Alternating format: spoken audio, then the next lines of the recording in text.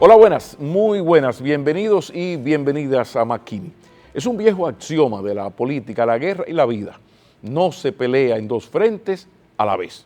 Entonces, precisamente gracias a ese axioma, no comparte uno la sorpresa de algunos al confirmar nombramientos, permanencias y especiales afectos de parte del actual gobierno del PRM hacia la versión Verde Fernández del PLD, y hablo del partido Fuerza del Pueblo, el PFP.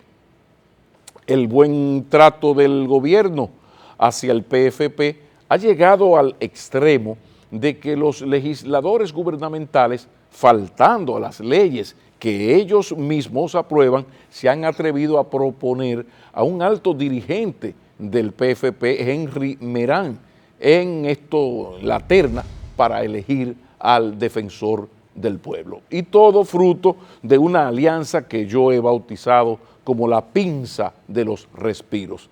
El PFP da un respiro al gobierno en su rol opositor y, en agradecimiento, el gobierno, entre otras cosas, le da un respiro momentáneo al PFP, al PLD Verde Fernández, en el tema de los expedientes judiciales en contra de sus pulpos pintados de verde.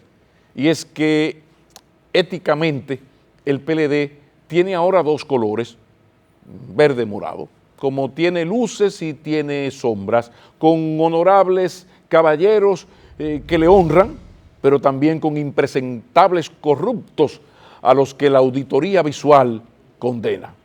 Pero es un solo partido, dividido, eso sí, pero es un solo partido. Además de que nada, ni en la ética ni en la estética de esos partidos es diferente. Esta pinza de los respiros es útil y conveniente para las dos partes, solo que por recibir sus beneficios, el PFP no debió llegar al extremo de apuñalar la Constitución y las leyes que tanto dice defender y proponer a su altísimo dirigente Henry Merán como defensor del pueblo. Esa propuesta de Merán es posiblemente la más irrefutable evidencia de todo lo que he dicho. Cosas de la guitarra y del violín, de la cal y de la arena, del cinismo que de tan seguro de sí mismo está convencido de que puede burlarse de todos y todo el tiempo. Mientras tanto, el joven doctor Pablo Ulloa, con una insuperable experiencia, un doctorado en el tema específico de los derechos y sin militancia política, junto a una inmensa minoría de indignados en receso, observa. Pues mis amigos, resulta que a ese doctor Pablo Ulloa, tenemos aquí en McKinney para conocer sus propuestas y conversar con él sobre el defensor del pueblo. No se vayan muy lejos, ya regresamos, con su permiso. Me entregaron 450 millones, yo andaba con un macutico que era un maletín, que en ese momento incluso hasta me lo robaron, la chequera y mi firma. Y de 450 millones de pesos se quedó, bueno, ya tienen más, pero yo lo dejé en 1.000 millones de pesos.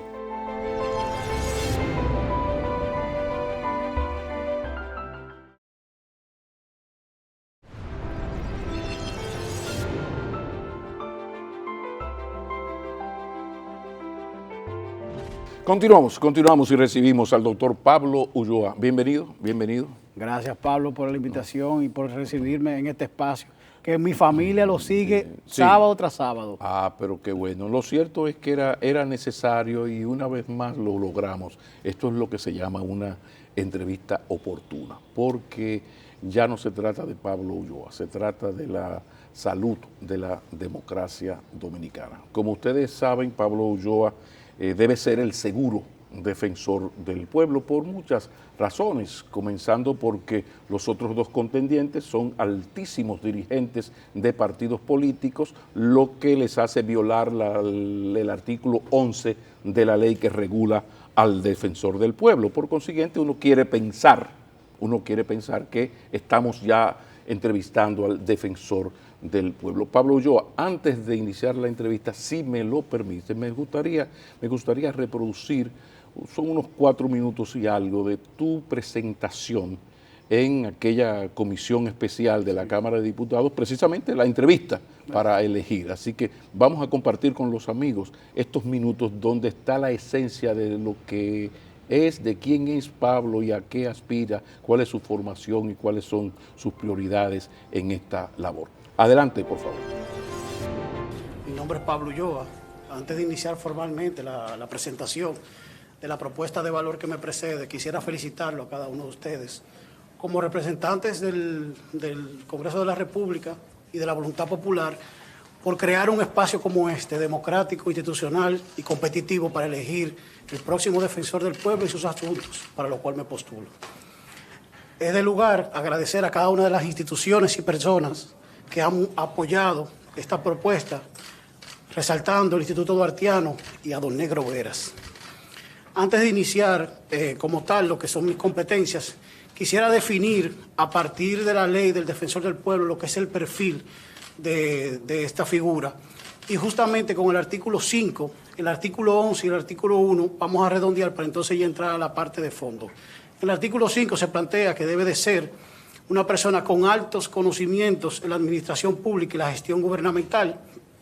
Por igual en el 11 se plantea de que no puede pertenecer a partido político ni actividad partidaria y el único ingreso tiene que ser sobre la base de la docencia. Y el artículo 1, que es el más importante de la misión defensorial, es el principio de neutralidad. Como ven, este perfil ya esboza a solicitud del legislador justamente lo que son las competencias que tienen que complementar, y ahí venimos ya al fondo como tal. Formación académica de alto nivel, en mi caso particular tengo un doctorado en gobierno y administración pública y varias maestrías. Incluso mi tesis doctoral es sobre el modelo de gestión defensorial en varios países de Iberoamérica. En el caso de la experiencia de Estado de alto nivel, tengo prácticamente 20 años en administración pública, validándome como el primer director ejecutivo del Tribunal Constitucional y teniendo 2 experiencias que quiero resaltar. Una, haber construido una institución desde cero, y la segunda es haber producido para la Defensoría del Pueblo actual, a solicitud de doña Zoila Martínez y aprobación del Pleno del Tribunal Constitucional, el primer organigrama, los primeros procesos administrativos y, sobre todo, promover un funcionariato que hoy en día me ha permitido tener en diosidencias lo que es conocer a una persona honesta y transparente, como el caso de doña Zoila. Ahora bien, aparte de eso, el tercer elemento, la tercera competencia es inteligencia emocional y resiedumbre moral. Justamente no lo diría yo a primera persona porque sería poco elegante y me iría justamente a las personas y instituciones que se han mostrado positivos al hecho de que yo me postule, y es justamente el magistrado Subero Isa, los ex jueces del Tribunal Constitucional, los expresidentes y presidentes actuales de Finjus, entre otras instituciones y personas que con eso lo que me llenan de satisfacción y de orgullo de verme con la posibilidad de aportar nuevamente a la sociedad dominicana. En cuanto a la visión del Estado, está documentada en todos mis artículos de periódico, mi participación en la prensa nacional, en mis ponencias, en mi docencia y en los eventos internacionales que yo participo. Como ustedes saben, mi postulación ronda prácticamente en unas 400 páginas, lo cual todo lo que estoy diciendo está justamente documentado. Y por último elemento, en cuanto a las competencias, es la sensibilidad social. Y como fruto de ello, mi fundación, sin recibir recursos del sector público, hoy en día cuenta en la Universidad Nacional Pedro Enrique Ureña, en la UNFU, con el mejor complejo de béisbol del Distrito Nacional y gracias a un acuerdo también con Educa, tenemos el primer colegio para estudiantes atletas del país, que ha mandado más de 100 jugadores con becas de estudio a Estados Unidos. Como ven, no nos hemos quedado únicamente con el elemento histórico, en el caso de nosotros, sino que esto que estamos planteando, incluso lo tenemos en una página web que se habilitó justamente para poder hacer una ciudadanía responsable, que es lo que planteamos en todo este espectro de actividad. Y esta propuesta de valor es gracias al conjunto de hombres y mujeres que han hecho posible la postulación de la magistratura del defensor, donde debo de mencionar a José Luis Mayorano, primer latinoamericano en ser presidente del Instituto Internacional de Ombudsman, el cual ha coordinado todos estos profesionales para poder lograr una propuesta de valor que legitime socialmente el defensor del pueblo sobre la base de ser una institución basada en valores y en el debido proceso. Esos valores que nosotros visualizamos son accesibilidad, transparencia, independencia y sobre todo eficiencia, basado en tres grandes componentes que son las columnas de la gestión que se plantea, que es la parte de educación, la parte de garantía y la parte sumamente importante organizacional. Bueno, ya ahí está. Comencemos. Esto del defensor del pueblo, Pablo Ulloa, o sea, ¿en qué consiste? ¿Qué es eso? Porque como que se confunde con defender a la gente. Bueno, pero si yo tengo un problema, voy al Ministerio Público y pongo una querella. O sea, vamos a hablar, tómate el tiempo, este programa de nosotros, no hay problema. O sea, tómate el tiempo para explicarnos y explicarles a los amigos en qué consiste esto del defensor del pueblo y qué lo separa del Ministerio Público. ¿Cuáles son sus límites, por favor? Mira, muchísimas gracias por la pregunta, porque yo sé que por ahí podemos partir en un proceso de educación social, que es lo más importante de este espacio en cuanto al defensor del pueblo. El defensor del pueblo es una figura que surge en la República Dominicana a través del Senado de la República, con su ley 1901. La misma luego fue modificada, pero específicamente en lo que tenía que ver con sus asuntos y la selección del mismo. Ahora, entrando en materia, es constitucionalizada en la Constitución del 2010 y le reza las atribuciones de velar por la buena administración pública y garantizar los derechos fundamentales. La diferencia entre uno y otro es el orden público que tiene el Ministerio Público, valga la redundancia, y el elemento central del defensor del pueblo, que acá todavía no lo hemos plasmado, es la buena administración pública, porque el defensor del pueblo reviste su legitimidad. Si vamos al bochismo, ponme ejemplos. Un ejemplo, por ejemplo. Perfecto. La señora que por una decisión administrativa un incumbente le quita una pensión y ella tiene que recurrir en un amparo al Tribunal Constitucional, se pudiera ahorrar 2, 3, hasta 4 años de esa decisión con un defensor del pueblo efectivo. El empleado público que recibe una degradación laboral y tiene que recurrir en un amparo al Tribunal Administrativo, se pudiera ahorrar los sinsabores y el pesar y el gasto económico teniendo un defensor del pueblo que sea efectivo. ¿Y qué poder tiene el defensor del pueblo que no tiene el Tribunal Constitucional? ¿Y por qué puede agilizar el proceso? Y ahora está muy de moda los desinteresados, ¿sabes cómo le llaman? De Manuel Castel, sí. El concepto. Mira, la diferencia del defensor del pueblo es que el defensor del pueblo se mueve, mientras que el tribunal tiene que estar estático esperando recibir un recurso, en este caso un amparo, poniendo un ejemplo, mientras que el defensor del pueblo, al contrario, la misma ley le permite incluso hacer visitas a las instituciones sin necesidad de cita. Ahora, ¿qué pasa con este elemento? Y es importante que lo veamos dentro del régimen de funcionamiento del Estado. Sí. La 1901, la ley que construye el defensor del pueblo, fue anterior a la ley de libre acceso a la información. Exacto. Y si vamos más posterior, la ley de compra y contrataciones fue posterior a ambas. Sí. Ahora bien, el defensor del pueblo lo que termina siendo es un articulador, un solucionador de problemas, de conflictos, de errores de la administración que agravan la situación del ciudadano por no recibir bienes y servicios que le corresponden. Pero sobre todo que aminora el proceso. Por ejemplo, el desvinculado, que fue el término que no encontré ahorita. El señor desvinculado iría a una alta corte y pondría una demanda al superior, un recurso en el administrativo, ¿verdad? Pudiera ponerlo. O sea, en el caso de que el defensor del pueblo esté ahí, él también, el desvinculado, puede ir donde el defensor del pueblo. Y tiene dos ventajas. La primera ventaja que va a tener un funcionario del Estado Dominicano que se va a mover a donde el funcionario que cometió el error, y si no, va a tener un respaldo desde el punto de vista de litigio estratégico que va a poder asumir su caso y no tener necesariamente él que asumir desde el punto de vista económico un proceso. Que hay que entender, el derecho constitucional, por ejemplo, poniendo el caso del constitucional, es un derecho caro, no porque tengan costas legales, sino porque es un derecho especializado. Por lo tanto, teniendo un defensor del pueblo que sea sensible, que sea proactivo y que sea eficiente, el ciudadano normal y corriente tiene en él un garante de que va a preservar primero su integridad, su dignidad, sobre la base de la conversación con el funcionario, y si no, va a tener una institución fortalecida, que tiene las capacidades desde el punto de vista jurisdiccional para poder intervenir tanto en derecho administrativo como en derecho constitucional. Y la parte de los minoplis, el recurso, porque el truco está ahí. Por ejemplo, existe una cámara de cuentas con muchísimas funciones, yo no lo doy cuarto, y como la cámara de cuentas no tiene cuarto, no tiene auditores, no hace auditoría, no sirve para nada. ¿No se puede hacer lo mismo con el defensor del pueblo, o hay algo que ate el presupuesto a la Defensoría del Pueblo, que los chelitos estén ahí, que un gobierno no pueda truquear como se hace tradicionalmente, por ejemplo, con la Cámara de Cuentas? Por eso nosotros cuando hicimos el ejercicio de la magistratura del defensor, planteamos hacer un plan estratégico, pero al mismo tiempo nosotros hicimos un cronograma de ejecución de la gestión que vamos a encabezar en tramos de 2 años. Los primeros 2 años están contemplados con el presupuesto actual.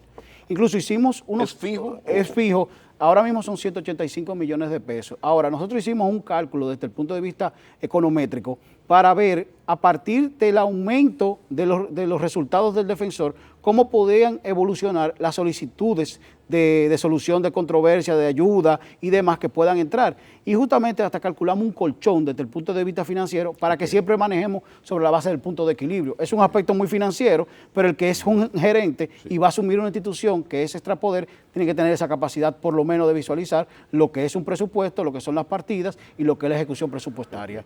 Me interesa mucho lo del régimen de consecuencias, que es el otro truqueo. Está el truqueo de los cuartos. Y también está el truqueo de una ley.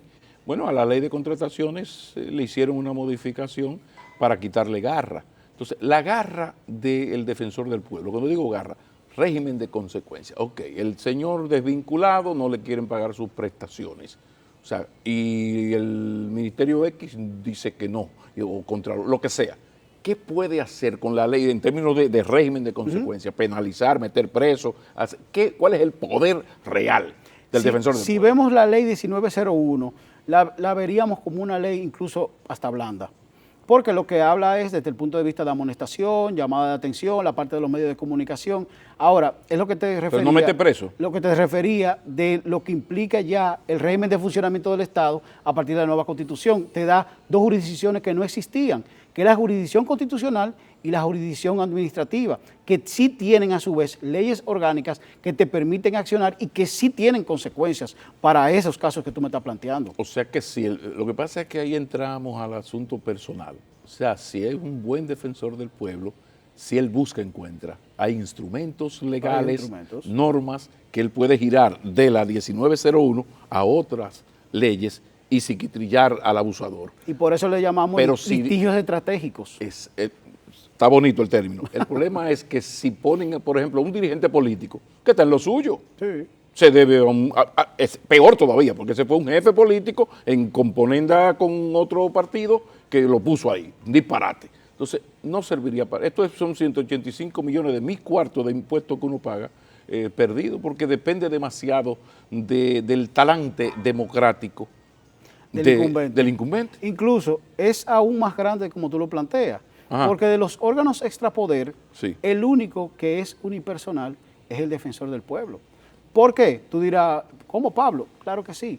Todos los órganos extrapoder tienen en sus leyes los votos cualificados, o por mayoría o por número. Por ejemplo, el constitucional son 9 votos. Cámara de Cuentas sería mayoría, Junta Central Electoral por igual. El defensor del pueblo es el defensor y sus adjuntos.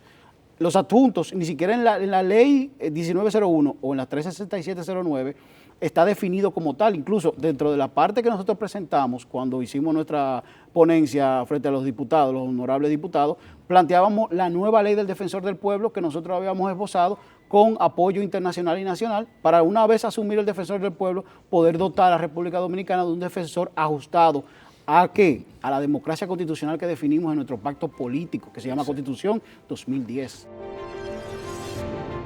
El defensor del pueblo no podrá pertenecer a partido político alguno, ni participar en actividades de carácter político partidario. Asimismo, deberá renunciar a cualquier actividad remunerativa, excepto la docencia.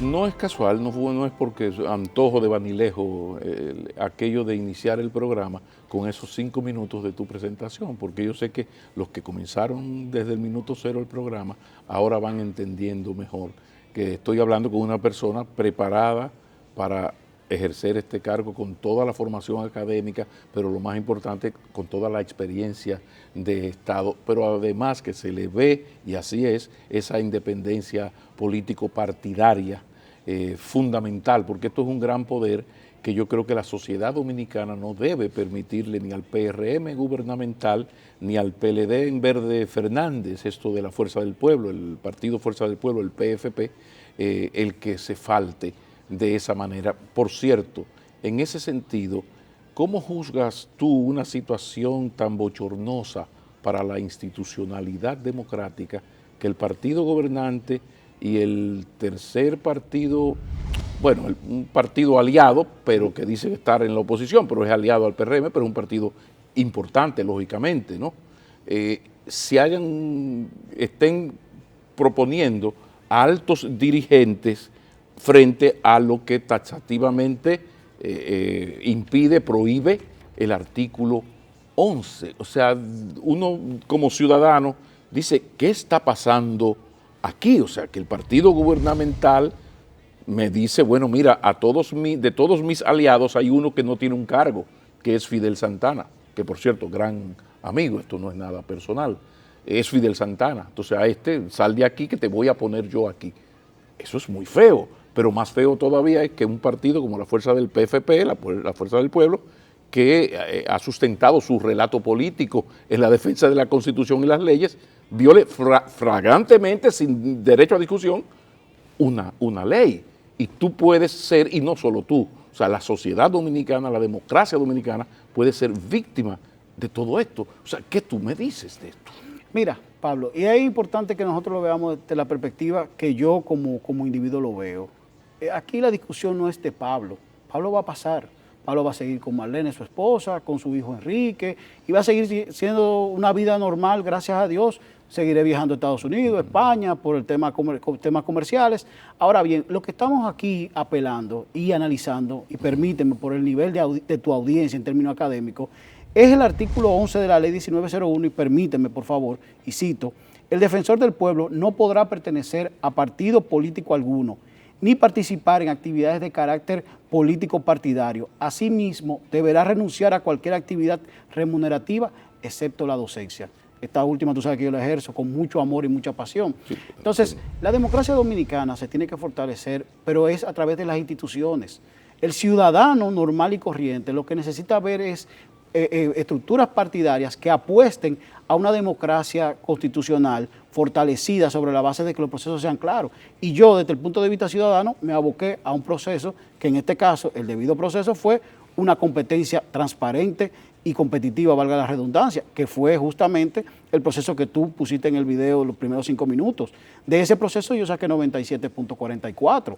Si el que saca la mejor nota no pasa el curso, o el que saca casi 100 no pasó la clase, no sé. Sin embargo, creo que fue el Alfredo Pacheco, el presidente, el que dijo que esto de las evaluaciones no es del todo decisivo. Yo no entendí. Ahí justamente lo que hay que remitirse al reglamento legislativo, pero por eso, en su página de la 190 a la 200, ajá, específicamente la 199, Y nosotros tenemos ahí una decisión de una comisión designada de manera especial por el Pleno de la Cámara, donde hay 15 diputados que eligieron un método de evaluación para con ese método sacar unos resultados y esos resultados plantearlos al Pleno General para luego esas ternas poderla enviar al Senado de la República. Y yo como ciudadano, que soy responsable, asumí un reto. El reto era poder obtener la mayor cualificación sobre la base de que eso va a permitir, junto con mi inteligencia emocional y mis capacidades humanas, poder conformar una propuesta para poder ser defensor del pueblo de la República Dominicana. Sí, el problema ha venido con que de repente tú no eres un licenciado. Tú sabes que aquí de cada 10 ciudadanos, por lo menos 11 son licenciados en Derecho, ¿no? Entonces tú no eres un licenciado en Derecho, o licenciado en Psicología o en Sociología, que se le ha ocurrido, que habla bien, con alguna formación. No, el que vio estos primeros 5 minutos sabe que este es un señor que se ha formado, no quiero yo insistir y repetirme, para desempeñar ese puesto. Entonces, cuando te comparamos con todo el que participó ahí, se ve la abismal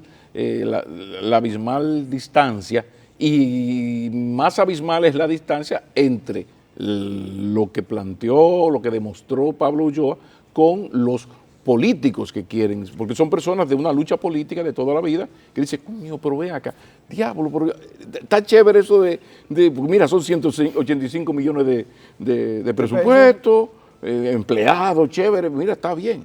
Mira, y yo quiero significar algo, porque la audiencia de este programa me permite libertades. Quien le habla preparó junto a un equipo nacional e internacional un proyecto por casi 4 años. Todo el que nos está viendo puede entrar a la página www.pabloeulloa.com, que ahí está el esbozo general de lo que es la magistratura del defensor. Quien le habla es un ciudadano que entendió que se puede fortalecer la democracia constitucional a partir de su experiencia en el Tribunal Constitucional, pero ahora con el defensor del pueblo. E incluso nosotros hicimos un análisis, un marco teórico, una visión del defensor, analizando situacionalmente, interinstitucionalmente, organizacionalmente el defensor, y al mismo tiempo hicimos un planteamiento de lo que es nuestro plan de gestión. O sea, todo lo que está plasmado acá no fue de la noche a la mañana que nosotros lo trajimos, porque sí, porque no. ¿Y cómo tú llegaste a esta conclusión de, mira, yo voy a luchar por ser y me voy a capacitar, y tienes 5 años formándote para esto? Se llama la atención. Mira lo que pasa. Porque hay una formación muy específica. Sí, sí. Y me reuní con los los asesores internacionales, recuerdo ahora. José Luis Mayorano, Manuel Campo Vidal, Italo Antinori. Lo que pasa es que cuando yo renuncio al Tribunal Constitucional y la carta está ahí, era para hacer 2 proyectos particulares personales, que yo los paralicé. Una vez el magistrado presidente y el pleno del tribunal me piden que asuma la creación del tribunal, porque todo el mundo sabe que mi fuerte son los organismos internacionales, y específicamente desde el punto de vista privado, tengo una empresa que le da servicio a los equipos de Grandes Ligas y a la oficina de Major League Baseball. Ahora, ¿cuáles eran esos 2 proyectos? Era el primer colegio en República Dominicana para estudiantes atletas, que gracias a Dios ha enviado más de 100 jóvenes con becas a Estados Unidos, y construir a través de la fundación el primer complejo de béisbol en el centro de Santo Domingo, y está acá cerca. Pero no financiado por el Estado. No, o sea, ahí es un pool. O sea, una fundación privada con fondos privados. Con fondos de exjugadores de Grandes Ligas y empresarios, que apostamos junto a la Universidad Nacional Pedro Enrique Ureña y su fundación, construir desde cero, haciendo una inversión casi de $600,000 en la UNFU, el complejo más moderno de béisbol de Santo Domingo. Para que tengas una idea, los Leones del Escogido, su pretemporada la hace allá. La inauguración fue un juego entre los Yankees y los Mets, claro, de la categoría de Dominican Summer League. Sí, claro. Las universidades de 4 años que vienen a visitarnos para buscar los jugadores, es ahí que se hacen los juegos. IMG Academy, que en Estados Unidos es la institución más grande en cuanto a estudiantes atletas. Estamos hablando de que el 92% de sus egresados entran en las mejores 10 universidades. Sí. Y estamos hablando que la colegiatura anda entre $70,000 y $85,000. O sea, es prime. Sí. Bueno, nosotros quisimos copiar ese modelo, y acá hicimos una estructura tanto académica como atlética que ha permitido que más de 100 jóvenes hoy estén estudiando en Estados Unidos. ¿Y tú sabes cuál es mi dolor? Que ninguno de ellos quiere venir a su país. Cuando tú y yo estudiamos fuera, la ilusión de nosotros era venir a República Dominicana y ejercer lo que estudiamos. Yo, gracias a Dios, pude estudiar tanto en España, en Argentina, en Colombia, en Chile, y hacer especialidad también en Estados Unidos. Y yo soñé siempre venir a República Dominicana. Por eso es tan delicado y es tanto lo que está en juego. Tú bien lo dices, o sea, esto no se trata de Pablo Ulloa, que tiene sus problemas económicos, sociales y familiares muy resueltos, gracias a Dios. Gracias a Dios. O sea, esto es lo que esto significa para la salud de la democracia dominicana. Incluso, Pablo, y se lo digo a los televidentes, por un tema de transparencia, nosotros quisimos hacerlo con la página web, pero desde el punto de vista familiar, porque mi socia es mi compañera de vida, es mi esposa, nosotros incluso desde el punto de vista administrativo, contable y financiero, nosotros hicimos el proceso de tal manera que al yo asumir el defensor del pueblo, al otro día yo puedo entregar la declaración jurada de bienes. O sea, esto no es un tema, una interpretación. Cuando yo llegué al Tribunal Constitucional, a mí me entregaron una ley hecha para adelante gallo. Yo saqué el RNC, terminé certificándolo de norma de calidad, me entregaron 450 millones, yo andaba con un macutico que era un maletín, que en ese momento incluso hasta me lo robaron, la chequera y mi firma. Y de 450 millones de pesos se quedó, bueno, ya tienen más, pero yo lo dejé en 1.000 millones de pesos, con auditoría de Cámara de Cuentas y externa. Precisamente por todo esto es que yo estoy muy, muy preocupado por lo que está en juego. Todavía no estamos grabando esto va a salir el día sábado. Yo espero que hay tiempo para que la clase política, sobre todo los partidos involucrados, reaccionen y piensen en lo mucho, en el gran daño que le pueden hacer a la vida democrática, y que a diferencia de otros tiempos, los ojos del país están encima de la elección de defensor del pueblo. Vamos a imaginarnos que sí, que porque Tatica la de Higüey existe, pues tú eres el defensor del pueblo. Vamos a hablar de los planes tuyos, tus prioridades prioritarias, number one y número uno, por dónde tú te vas, los ejes temáticos de tu gestión, ¿por dónde iría? Mira, vamos a definirlo en 3 ejes. Por favor. Por un tema pedagógico, vamos a tratar de hacerlo lo más sucinto posible, pero siempre amparando al criterio de construcción de ciudadanía, que es lo que envuelve todo esto. Un componente educativo, que es como plantea la ley, que está construido sobre la base de un nombre que nosotros le hemos llamado la Oficina de Oportunidades. ¿Por qué oportunidades? Porque tú estás creando ciudadanos con deberes y derechos, con derechos y deberes. Entonces, eso se disgrega de la siguiente manera. En la Escuela del Defensor, que va enfocada a un grupo etario particular de 16 a 21 años, porque son lo que le llama Miguel Escala agentes de cambio. Está la parte justamente del defensor delegado, que es un trabajo con los grupos organizados, juntas de vecinos y demás. Está el Instituto de Altos Estudios del Defensor, está el Observatorio de Gobernanza, que lo que ve es tendencia, lo que es la Big Data, lo que es el microtrading, el micromarketing y ese tipo de esquema, que internacionalmente es muy enfocado, y la parte de tecnología de la información y comunicación. Incluso en esta última nosotros tenemos derecho con 2 proyectos que van a ser preciosos. Uno que ganó premio de MIT y de Google el año pasado en cuanto a creación de ciudadanía, y el otro tiene que ver con la educación de los derechos para los niños más pequeños, los primeros grados, que es donde se basa todo el esfuerzo de la educación. Entonces, el segundo eje que pudiéramos plantear es la dirección ejecutiva, o lo que nosotros le llamamos el enfoque organizacional, que es la que va a permitir no solamente tener un reglamento del defensor, sino los manuales de funciones y certificar en ISO 9000 toda la estructura del defensor del pueblo por un tema de transparencia, un tema de eficiencia.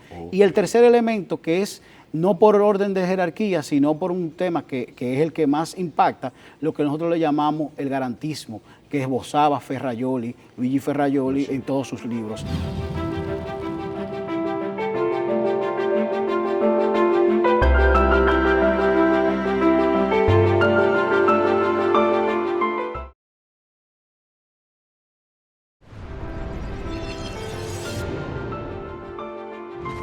Ahora, ese garantismo se tiene que lograr a través de la Secretaría General del Defensor, con una atención al ciudadano real.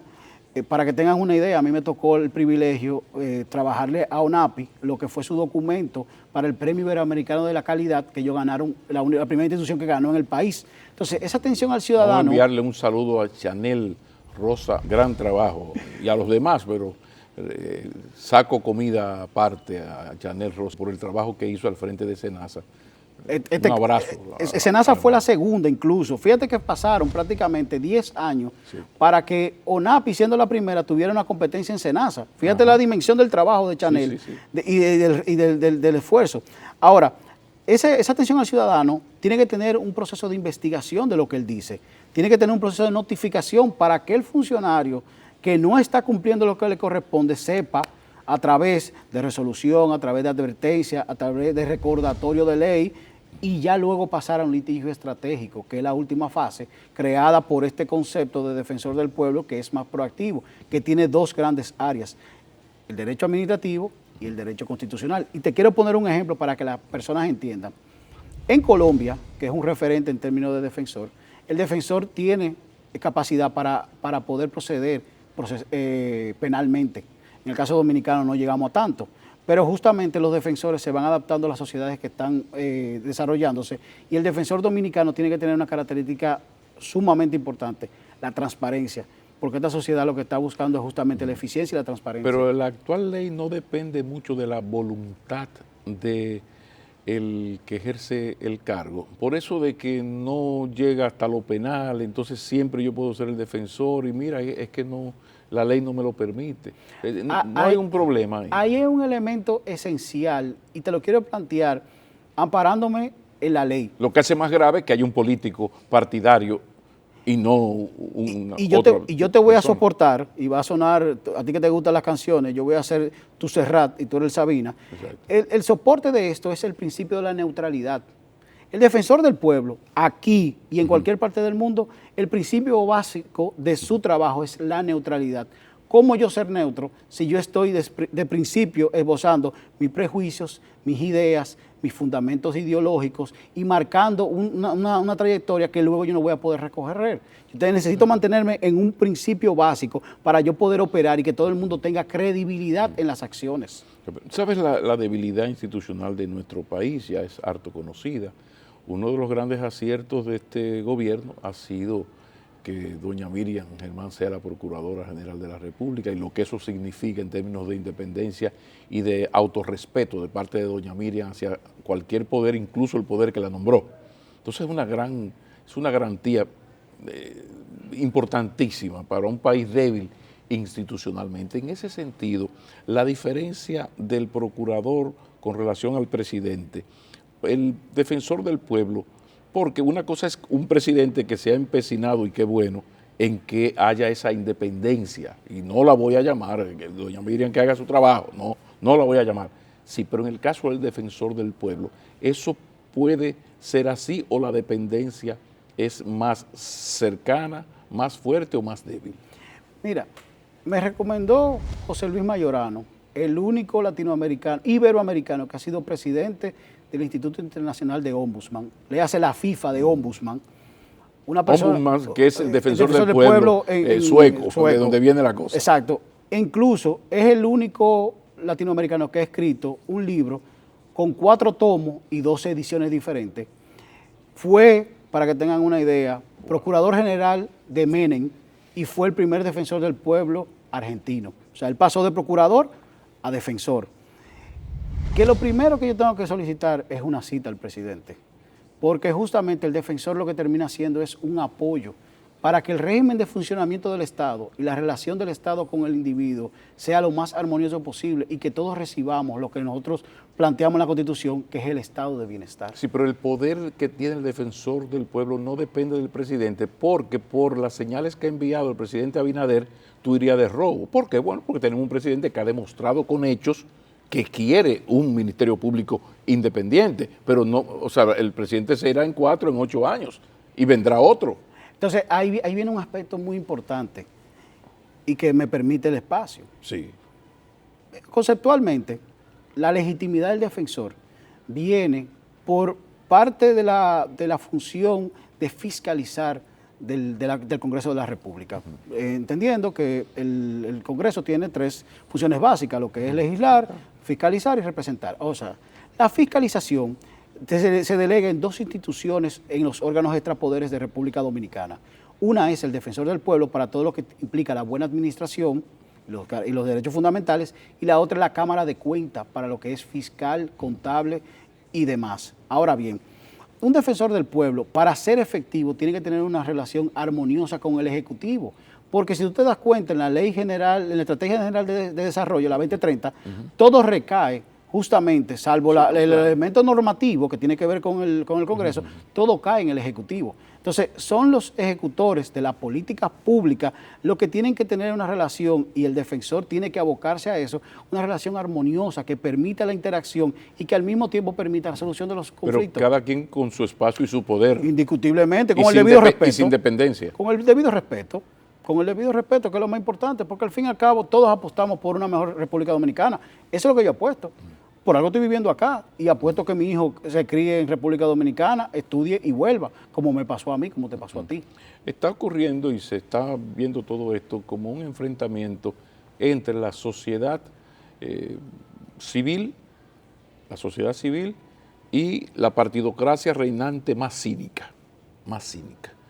¿Qué supone o supondría para la democracia del país, para la institucionalidad poca o mucha que tenemos, el hecho de que un dirigente político aliado no le hayan dado un ministerio, quizás porque no hay, y hayan querido darle este premio de consolación, o peor, que otro miembro de un partido cuyo relato central es la defensa de la Constitución y las leyes, violando el artículo de la misma ley que lo rige, asuma esa dirección? ¿Qué puede suponer para la salud de la democracia dominicana? Mira, sería una alerta, sería una llamada muy, muy triste, porque yo creo que si hay algo que se ha generado a partir del 2020 para acá, lo definía el gran sociólogo Manuel Castel, y es los indignados, y no es un constructo dominicano, él lo habla en sentido general sobre la base de la realidad que pasa en todas las sociedades, luego, bueno, posmoderna, vamos a llamarla así, como él define en su último libro, y con el cual yo tengo, gracias a Dios, una relación por la parte universitaria. Ahora, volviendo al caso dominicano, yo creo que nosotros tenemos que analizar no el individuo que hoy en día está hoy sentado frente a ti, sino los individuos que a sus hijos le dicen, lucha y esfuérzate para lograr una mejor vida. Y es lo que yo ando buscando con este espacio, justamente, de que todo lo que era la partidocracia y todo lo que la sociedad dominicana comprendan que la única referencia que nosotros podemos tener para una mejor democracia es la institucionalización. Y para mí la institucionalización fue un proceso competitivo y transparente. Hay unos resultados y la legalidad está amparada, como tú bien dices, en el artículo 11 de la ley. Yo creo que aquí la ecuación es bien fácil. Yo no veo aquí física cuántica ni ecuaciones diferenciales. Yo lo que veo es una aritmética simple de la que nos daban a ti y a mí en el bachillerato. Es más, en la educación en la educación básica primaria. Bueno, aquí podemos terminar la entrevista dejando ahí una foto del fin del poder del Moisés Naín, por aquello de que nunca ha sido tan fácil alcanzar el poder ni tan fácil perderlo. Entonces es bueno que la clase política dominicana se ponga a la altura del momento histórico. Y gracias, Pablo. Gracias a ti, Pablo, de todo corazón, y espero que esta entrevista ayude a la parte de pedagogía social, porque yo creo que nosotros como nación tenemos que apostar a creer más en nosotros y a confiar más en el dominicano que está al lado de nosotros. Yo confío en la institucionalidad, yo confío en el Senado de la República y confío en los poderes establecidos en nuestra Constitución, porque yo lo que soy un demócrata a carta cabal, en este caso un demócrata constitucional. Muchísimas gracias. Muy buenas noches. Sean felices.